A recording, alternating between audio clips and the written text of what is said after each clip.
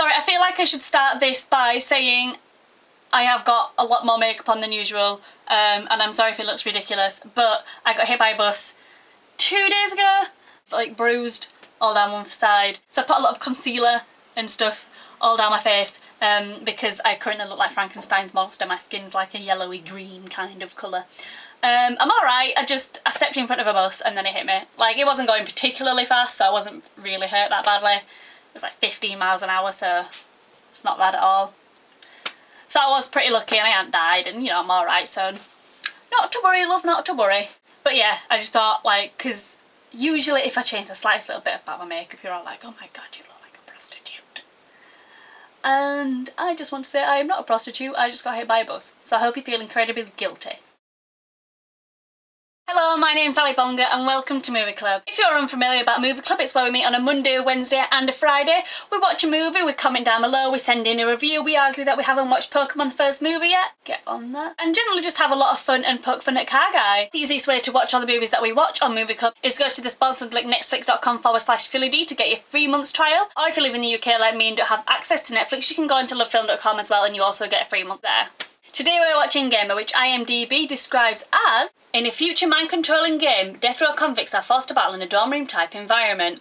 Convict Cable, controlled by Simon, a skilled teenage gamer, must survive 30 sessions in order to be set free. Or won't he? Now, I went into this movie expecting not to like it, as I'm 20 years old, female, and I don't play any shooting games at all. In fact, the only game that I do play is Sim Social on Facebook, which I know is incredibly lame, but it's really addictive and I can't help that, sorry. But I actually went into this film and within the first 10 seconds I loved it. Because I played Marilyn Manson's version of Some of Them Want to Use You, and it sounds so good in his voice and I just love it. This film plays some really cool music. For instance, you and me, baby, ain't nothing but mammals, so let's do it like they do on the Discovery Channel. Getting honey out! And straight from the off, this film is so visually beautiful, like from the aspects of the game to the aspects of real life. Everything that they put into this film is visually spectacular, and that goes right through the movie until the end. Parts of this film really amused me. For instance, the fat guy that always chose to play the girls and that always tried to have sex but always failed, and I just thought that was hilarious because it's like, I know you don't get sex anywhere else anyway, and you still fail on a game. That to me is hilarious, but at the same time it kind of breaks my heart because the girl that he's controlling, I definitely would not want to be on the receiving end of that, especially with the lines that he was coming out with, because that to me is still rape. If you are controlling somebody else and making them have sex without their permission, without being willing, then that is rape, and that is terrifying. Which brings me on to my next point. This film is so scary and so terrifying, and not in a ooh, and not in a oh my god I'm gonna have nightmares, this is so scary, what are the goes, I don't want to be alone in the dark, I don't want to be alone ever in my life.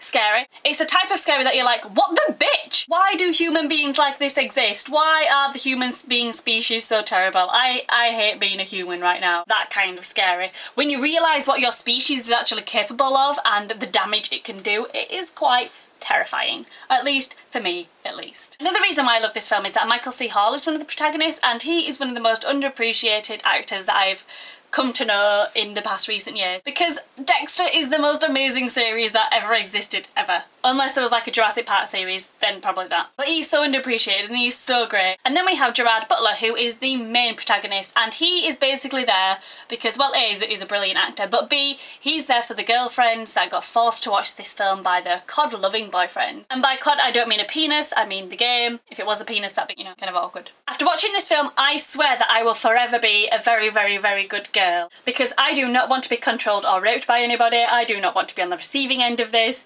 Please, oh my gosh, make this never ever happen. How scary is it that a 17-year-old can control your entire life whether you live or die? That's terrifying. I don't know how many of you people know me that well, but I am extremely skittish. Like, there's a loud noise, I jump. There's a noise behind me, I jump, I look round.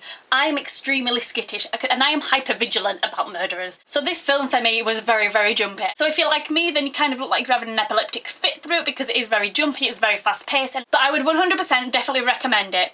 I absolutely love this film, I didn't expect to, and I think it's one of those films that's an all-rounder. If you like action, if you like a good story, if you like a good if you just like a good movie, then you can watch this because it's pretty good.